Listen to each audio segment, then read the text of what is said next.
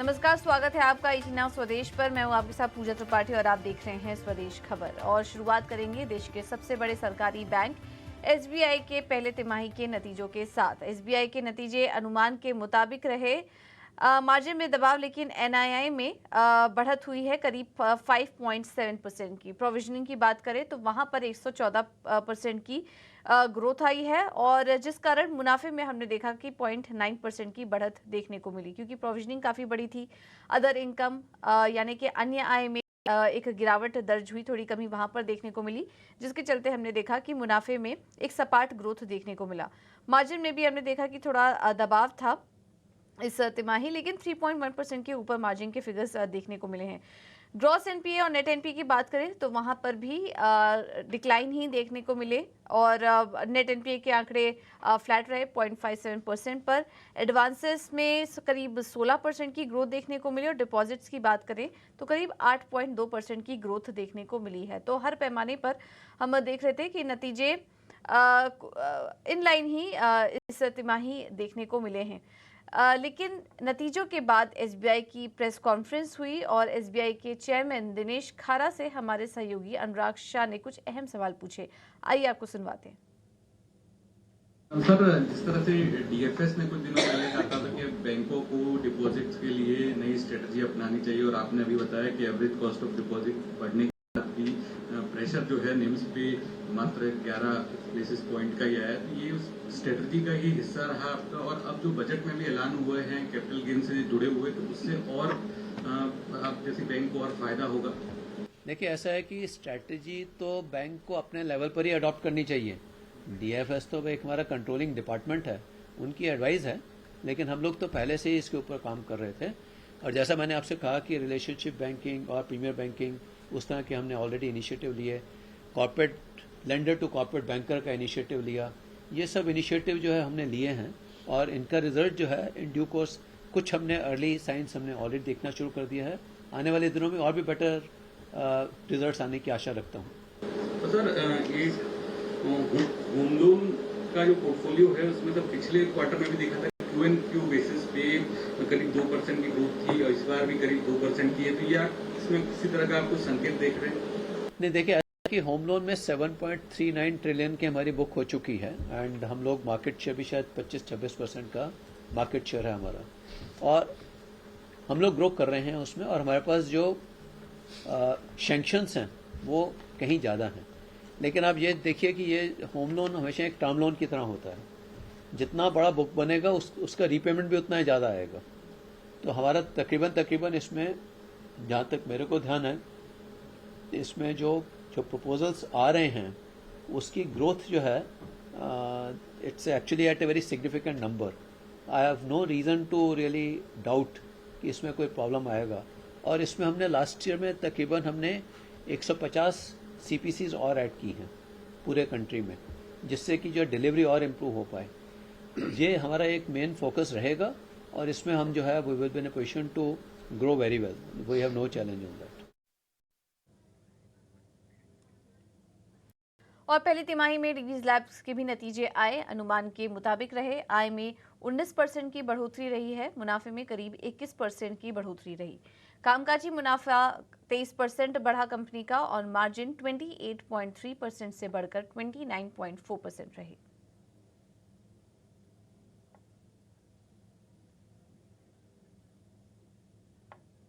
और कैसे रहे टाइटन के नतीजे, पूरी डिटेल्स लेकर हमारे साथ विनी जुड़ चुकी हैं। विनी, बताइए टाइटन के नंबर्स कैसे रहे? तो टाइटन के नंबर्स ये टाइम देखिए overall inline set of numbers आ गए थे। Q1 अपडेट के टाइम आया था, वहाँ पे थोड़ी मिस हुई थी, और उसकी वजह से हमने ऑलरेडी तभी स्टॉक प्राइस में फॉल देख लिया था। तो अभी बात करें तो gross margin, EBITDA margin company के काफ़ी स्टेबल रहे हैं। रेवेन्यू ग्रोथ है अराउंड 8-9% की, और ज्वेलरी बिजनेस की ग्रोथ है 8%, और वहाँ पे EBIT मार्जिन है around 11.2%। Profit slight bit of a decline दिख रहा है यहाँ पे, और अराउंड 1% से डिक्लाइन हुई है profits of the company Titan है ना। ज्वेलरी बिजनेस में ये टाइम इम्पैक्ट आई थी, वेडिंग सीजन की कम डेट्स थी, उसकी वजह से इम्पैक्ट था। और ऑब्वियसली कंपनी ने ये भी हाईलाइट किया अपने कॉन कॉल के में कि जो कस्टम ड्यूटी की चेंजेस आई थी बजट में, उसकी वजह से 500 to 550 क्रॉस की इम्पैक्ट आ सकते हैं नेक्स्ट 6 महीने में, जो इन्वेंट्री लॉसेज और उसकी वैल्यू चेंज की वजह से वो इम्पैक्ट आ सकता है। स्टैंडर्ड रेशो आया हुआ है अराउंड 26% पे। तो yes, all in all decent numbers थे, मतलब इन लाइन नंबर्स बोल सकते हैं टाइटन के लिए, और वॉच आउट करेंगे टाइटन को, स्टॉक को। और एक बार फिर विनी के पास चलते हैं। विनी, और उनसे समझ लेते हैं कि ब्रिटानिया के पहली तिमाही के नतीजे कैसे रहे। विनी बताइए, ब्रिटानिया के नतीजे कैसे थे? तो ब्रिटानिया के भी नंबर्स देखे तो ये टाइम इनलाइन नंबर्स आए हुए हैं, पर रूरल ग्रोथ की जो कमेंट्री थी वहाँ मैनेजमेंट ने बताया कि उन्होंने अपटिक देखा हुआ है रूरल ग्रोथ में, रूरल ग्रो कर रही है फास्टर देन अर्बन। और ओवरऑल जो कंपनी की वॉल्यूम ग्रोथ देखे वो अराउंड आई है 7% के आसपास। इनफर्ड नंबर है, high single digit volume growth company ने बताई है कि उन्होंने देखी है ये क्वार्टर में, तो अराउंड 7% के आसपास है वॉल्यूम ग्रोथ। कंपनी ने मार्केट शेयर गेन किया है कंटिन्यूसली, और लास्ट फ्यू क्वार्टर्स में भी company continuously market share gain कर रही है। वो बोल रहे हैं कि कमोडिटी प्राइसेस है वो वहाँ पे भी ध्यान रख रहे हैं, अभी तो स्टेबल रही थी, पर आगे जाते हुए ये इंपॉर्टेंट फैक्टर बन जाता है कि कमोडिटी प्राइसेस कैसे मूव होती है। ये टाइम कंपनी ने प्राइस कट्स लिए हुए थे, तो ज़्यादातर वॉल्यूम ग्रोथ ही है, और ओवरऑल रेवेन्यू ग्रोथ कंपनी की जो आई हुई थी ये टाइम वह अराउंड 6% की रेवेन्यू ग्रोथ है और 7% की वॉल्यूम ग्रोथ है। तो पूरा जो ग्रोथ है ये टाइम वॉल्यूम पे ही बोल सकते हैं, क्योंकि प्राइस कट्स लिए हुए थे कंपनी ने इस बार। मार्जिन ऑल्सो की बात करें तो मार्जिन आए हुए अराउंड 18% पे वर्सेस लास्ट ईयर 17.2%, तो मार्जिन में भी एक्सपेंशन देखी हुई है। और हिंद बेल्ट कंपनी काफ़ी अपना डिस्ट्रीब्यूशन वहाँ पे इंक्रीज कर रहे हैं, तो रूरल जब रिकवर होने लगता है तो कंपनी की वॉल्यूम्स भी श्योरली इंप्रूव होगी। और ये टाइम कंपनी ने ऑलरेडी हाईलाइट कर लिया कि उन्होंने ग्रीन शूट्स देखी हुई है रूरल में, रूरल ग्रोथ आउटपेस कर रही है अर्बन को। तो all in all decent number आए हुए हैं ब्रिटानिया से। थैंक यू विनी आपका ये पूरा अपडेट देने के लिए। आगे बढ़ते हैं और बात करते हैं एक और खबर की। बैंकिंग लॉ अमेंडमेंट बिल 2024 को कैबिनेट की मंजूरी मिल चुकी है। अमेंडमेंट बिल में क्या होगा, इस पर पूरी डिटेल लेकर प्रकाश प्रियदर्शी हमारे साथ मौजूद है। प्रकाश बताइए। देखिए, इंडियन कैबिनेट की बैठक में कई अहम फैसलों पर मंजूरी दी गई है, और सबसे इंपॉर्टेंट है रोड ट्रांसपोर्ट सेक्टर की अगर बात करें, जहां पर 8 नए हाई स्पीड रोड प्रोजेक्ट्स को मंजूरी दी गई है। 50,000 करोड़ रुपए के निवेश का जो प्रस्ताव है उसको भी मंजूरी दे दी गई है। लेकिन कुछ और अहम फैसले थे जिस पर कि कैबिनेट ने अपनी मुहर लगा दी है, लेकिन उसकी घोषणा सरकार ने नहीं की। पर सूत्र इस बात को कंफर्म कर रहे हैं कि कई ऐसे बिल्स थे जिसमें अमेंडमेंट्स का प्रस्ताव था, जिसको कि कैबिनेट ने मंजूर कर लिया है। और उसमें एक इंपॉर्टेंट बिल था बैंकिंग लॉ अमेंडमेंट बिल 2024, जिसके तहत कई तरह के अहम संशोधन को कैबिनेट ने मंजूरी दी है। एक इसमें सबसे इंपॉर्टेंट प्रस्ताव है बैंक अकाउंट में नॉमिनी से संबंधित जो संशोधन, जिसको कि कैबिनेट ने मंजूर किया है। उसके हिसाब से कस्टमर अब अपने बैंक अकाउंट में जो नॉमिनीज हैं उसकी संख्या को बढ़ाकर 4 कर सकते हैं, जो कि इस वक्त 1 है। इस फैसले के पीछे की जो सबसे बड़ी वजह यह है कि सरकार इसके जरिए जो अनक्लेम डिपॉजिट्स हैं बैंक्स में, उसको एड्रेस करना चाहती है, जो कि इस वक्त करीब 78,000 करोड़ रुपए के आसपास है।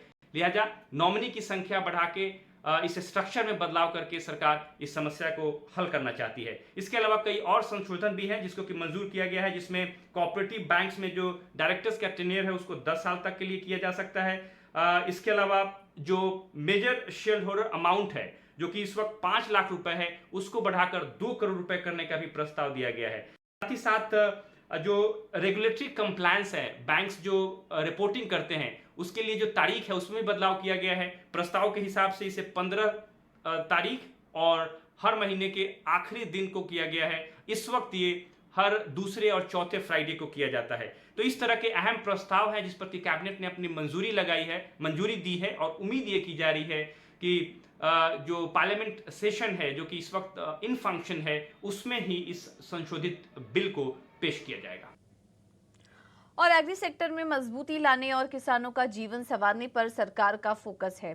पीएम मोदी ने दिल्ली में कृषि अर्थशास्त्री सम्मेलन को संबोधित करते हुए ये बात कही। उन्होंने कहा कि किसानों के जीवन में सुधार लाने के उद्देश्य से सुधारों और उपायों के साथ कृषि क्षेत्र को मजबूत किया जा रहा है। भारत में कृषि से जुड़ी शिक्षा और अनुसंधान से जुड़ा एक मजबूत इकोसिस्टम बना हुआ है। इसे और मजबूत बनाने पर सरकार का फोकस है। आज फूड और न्यूट्रिशन को लेकर इतनी चिंता दुनिया में हो रही है, लेकिन हजारों साल पहले हमारे ग्रंथों में कहा गया है, अन्नम ही भूतानाम ज्येष्ठम तस्मात् सर्वौषधम उच्यते। अर्थात सभी पदार्थों में अन्न श्रेष्ठ है, इसलिए अन्न को सभी औषधियों का स्वरूप, उनका मूल कहा गया है। हमारे अन्न को औषधीय प्रभावों के साथ इस्तेमाल करने का पूरा आयुर्वेद विज्ञान है। और केंद्र सरकार जम्मू एंड कश्मीर सरकार को करीब 7,900 करोड़ का स्पेशल फंड दे सकती है। साथ ही बैलेंस शीट साफ करने को लेकर जे&के बैंक को फंड मिल सकते हैं। इस एक्सक्लूसिव खबर के साथ प्रकाश प्रियदर्शी हमारे साथ जुड़े हैं। प्रकाश, बताइए। देखिए, सूत्रों के हवाले से जो जानकारी हमें मिल रही है उसके हिसाब से जे&के बैंक के लिए काफ़ी सकारात्मक खबर है, क्योंकि केंद्र सरकार ने जे&के बजट के तहत करीब 7,900 करोड़ रुपए के स्पेशल फंड की प्रोविजनिंग की है। इसका मकसद ये है कि इस पैसे के इस्तेमाल से जे&के गवर्नमेंट के ऊपर जो बकाया है जे&के बैंक का, उसका भुगतान जल्द से जल्द किया जाए, और उसी को ध्यान में रखते हुए इस तरह की प्रोविजनिंग की गई है।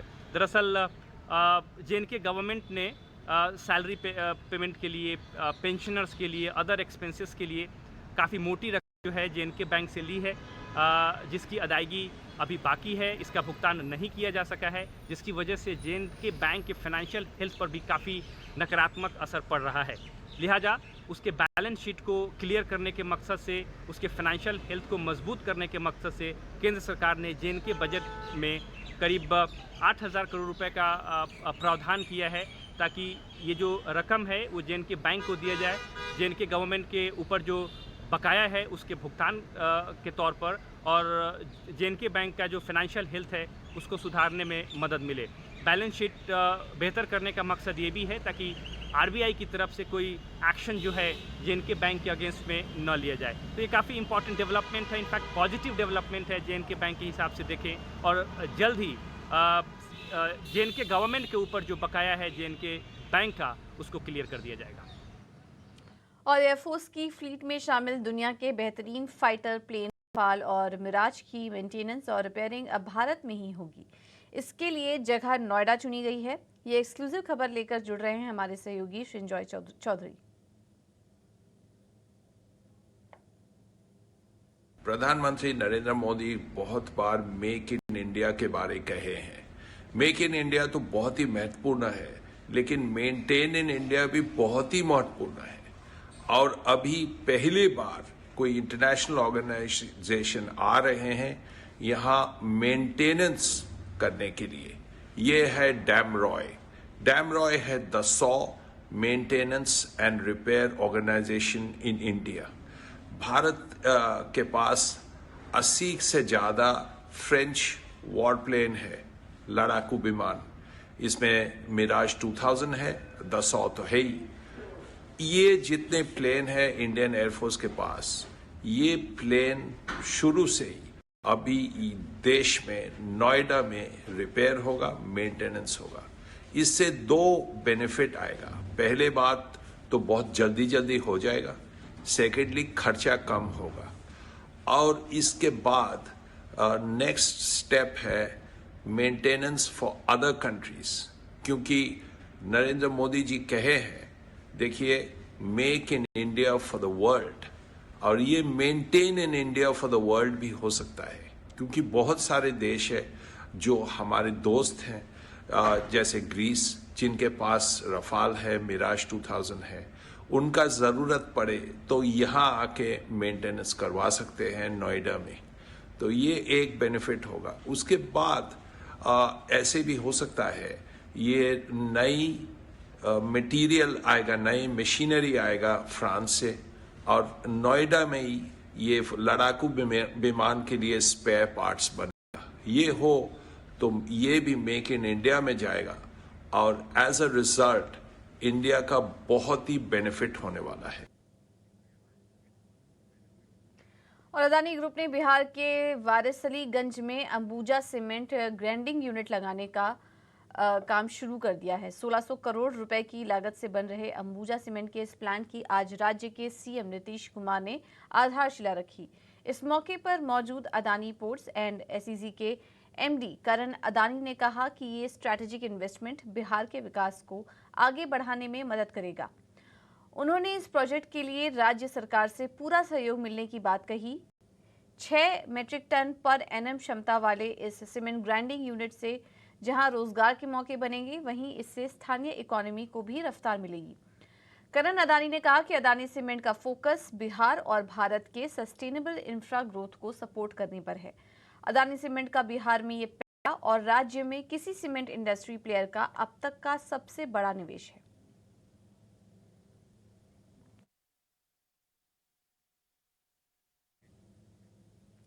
चलिए, वक्त है छोटा सा ब्रेक लेने का, बने रहिए हमारे साथ। और देश के कई राज्यों में भारी बारिश का कहर जारी है। लैंडस्लाइड उत्तराखंड और हिमाचल के लिए मुसीबत बनकर आई।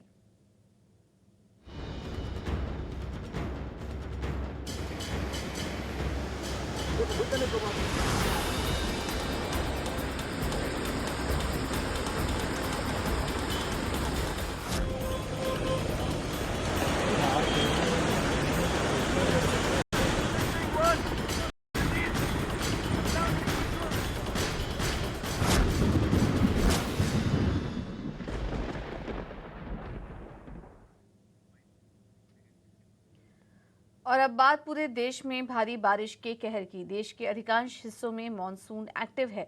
कई राज्यों में भारी बारिश देखने को मिल रही है और कई जगहों पर बादल फटने की घटनाएं सामने आई हैं, तो कुछ जगहों पर इतनी ज्यादा बारिश हुई है कि लैंडस्लाइड की कई घटनाएं देखने को मिली। फिलहाल उत्तर से लेकर दक्षिण तक बारिश ने लोगों की मुश्किलें बढ़ा दी हैं। मौसम विभाग ने दिल्ली एनसीआर में भी बारिश की संभावना जताई। मौसम विभाग ने अगले 5 दिन कई इलाकों में भारी बारिश का अलर्ट जारी किया है।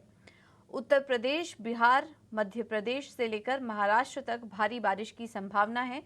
वहीं मध्य महाराष्ट्र और गुजरात में भारी से बहुत ज्यादा भारी बारिश होने की संभावना जताई गई है। उत्तराखंड, पूर्वी राजस्थान, छत्तीसगढ़, बिहार, झारखंड, सौराष्ट्र एवं कच्छ, कोंकण एवं गोवा, तटीय कर्नाटक में भी भारी से बहुत भारी बारिश की संभावना जताई गई है।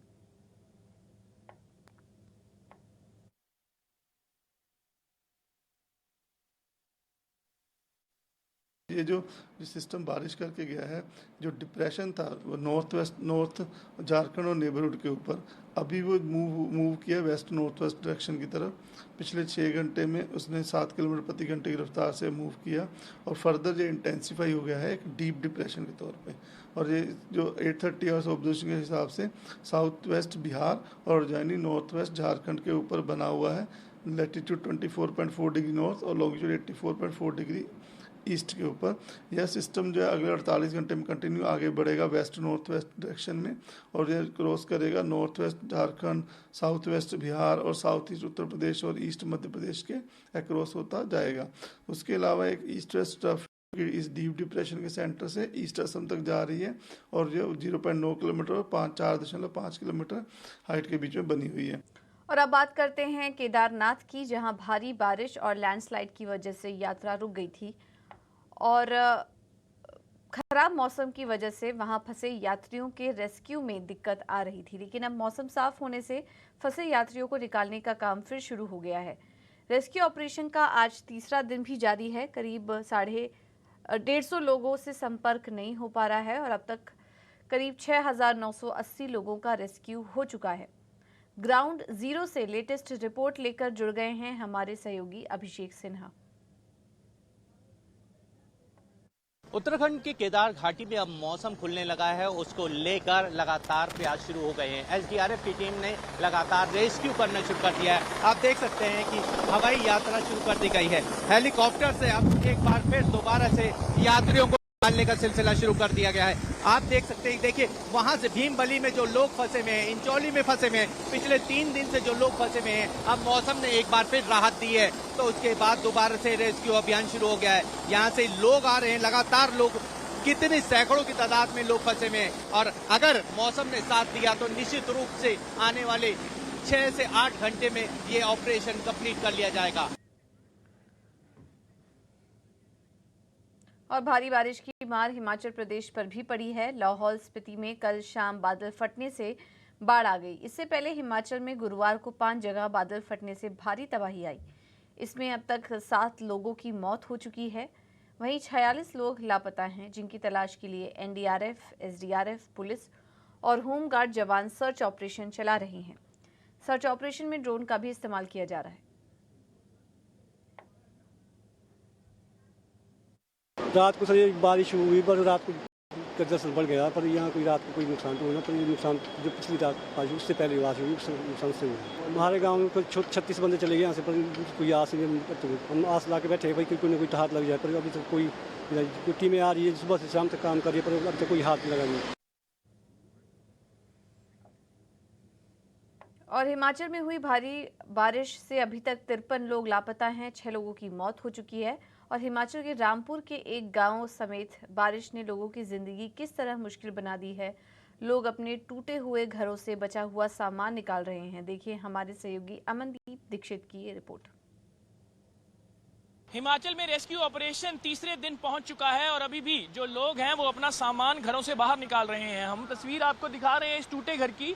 इसमें से जो सीआईएसएफ की मदद से यहाँ से लोग अपना जो अंदर में सामान फंसा हुआ था वो निकाल रहे हैं, क्योंकि पिछले 31 जुलाई से लेके अब तक ये घर डैमेज था, लेकिन अब खतरा थोड़ा सा कम हुआ है और रेस्क्यू टीम्स और फोर्सेस जो हैं यहाँ पे पहुंची हैं, उनकी मदद से ये लोग अपना बचा कुचा सामान जो डैमेज नहीं हुआ है, जो रिकवर के लायक है, उसको वापस लेके जा रहे हैं। ये लोग किसी और लोकेशंस पे रहते हैं, कहीं और इन्होंने घर छोड़ दिया था जिस दिन से ये फ्लैश फ्लड्स आए हैं। तो उसके बाद से ये लोग बेड, बर्तन, जो भी इनको मिल रहा है बचा कुचा सामान इनके टूटे हुए घरों में, तो वहाँ से रिकवर करके ये लोग जो हैं यहाँ से रिकवर करके दूसरी लोकेशन पे जा रहे हैं। ये तस्वीर देखिए, ये है वो तस्वीर जो टूटे हुए घर की है। इसी तरह जो है अलग अलग लोकेशंस के ऊपर इसी तरह की तस्वीर सामने आ रही है, क्योंकि रेस्क्यू एंड सर्च ऑपरेशन तीसरे दिन में पहुंच चुका है और अभी भी जो हिमाचल प्रदेश में 53 लोग जो हैं अभी भी मिसिंग हैं। 6 डेड बॉडीज को रिकवर कर लिया गया है और जहां से हम रिपोर्ट कर रहे हैं विलेज गांव समेत से, यहाँ पे अभी भी 33 लोग मिसिंग हैं, नहीं पता है, जिनमें से 8 से 9 बच्चे थे और उसके बाद बड़े परिवार के परिवार इस पानी में बह गए हैं। और वायनाड में आई तबाही ने पूरे देश को झकझोर कर रख दिया है। केरल के वायनाड में 29 से 30 जुलाई की भारी बारिश के बाद हुए लैंडस्लाइड में मरने वालों की तादाद 340 पहुंच गई। इन सभी शवों का पोस्टमार्टम हो चुका है। इनमें 140 शवों की पहचान हो चुकी है, वहीं 300 लोग अब भी लापता हैं। अब लापता लोगों की तलाश में ड्रोन की मदद ली जाएगी। इन ड्रोन में स्पेशल सेंसर लगे हैं। ये रडार जमीन के अंदर 80 मीटर तक की गहराई में इंसानों के फंसे होने का पता लगाता है। वायनाड से ग्राउंड रिपोर्ट लेकर जुड़ गए हैं हमारे सहयोगी दीपक बुपन्ना।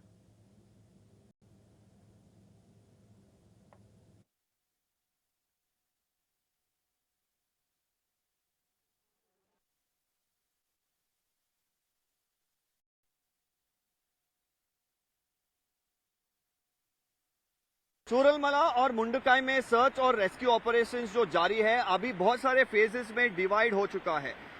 जो रेस्क्यू टीम्स हैं यहाँ आर्मी के, फायर डिपार्टमेंट के, एनडीआरएफ के और जो प्राइवेट लोकल वॉलंटियर्स हैं, वो अपने आप को बहुत सारे टीम्स में डिवाइड करके, ये जो लैंडस्लाइड स्पॉट है वो हम जहाँ खड़े हैं वहाँ से 3 से 4 किलोमीटर से शुरू हुआ था, वहाँ से लेकर जहाँ मैं खड़ा हूँ और इधर से 10 किलोमीटर दूर तक ये जो रिवर बेड है, यहाँ पर जो लैंडस्लाइड हुई थी और वो जो डेब्री घर से जो पत्थर जो मिट्टी आई थी उधर लोग अभी सर्च कर रहे हैं कि कोई फंसा ना हो, और अर्थ मूवर्स भी यूज किया जा रहा है। ये जो रिवर फ्लो है उसको एक स्ट्रीमलाइन की जाए, और यदि कोई ये रिवर स्ट्रीम में फंसा है उनको भी अभी ढूंढने की कोशिश में लगे हुए हैं बहुत सारे रेस्क्यू टीम्स।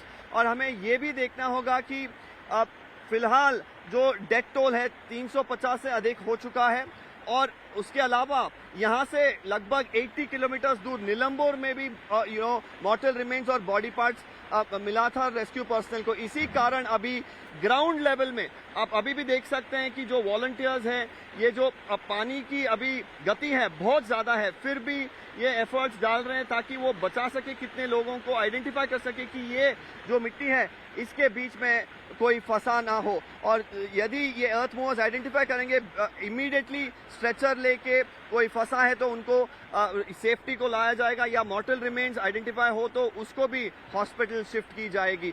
ये जो ऑपरेशन है ये बहुत महत्वपूर्ण है, और ये लगभग 20 किलोमीटर की दूरी तक ऐसी ही ऑपरेशन अभी लगातार बनती रहेगी। चलिए फिलहाल इस बुलेटिन में इतना ही, लेकिन आप बने रहिए, हमारे साथ खबरों का सिलसिला आगे भी जारी रहेगा। नमस्कार।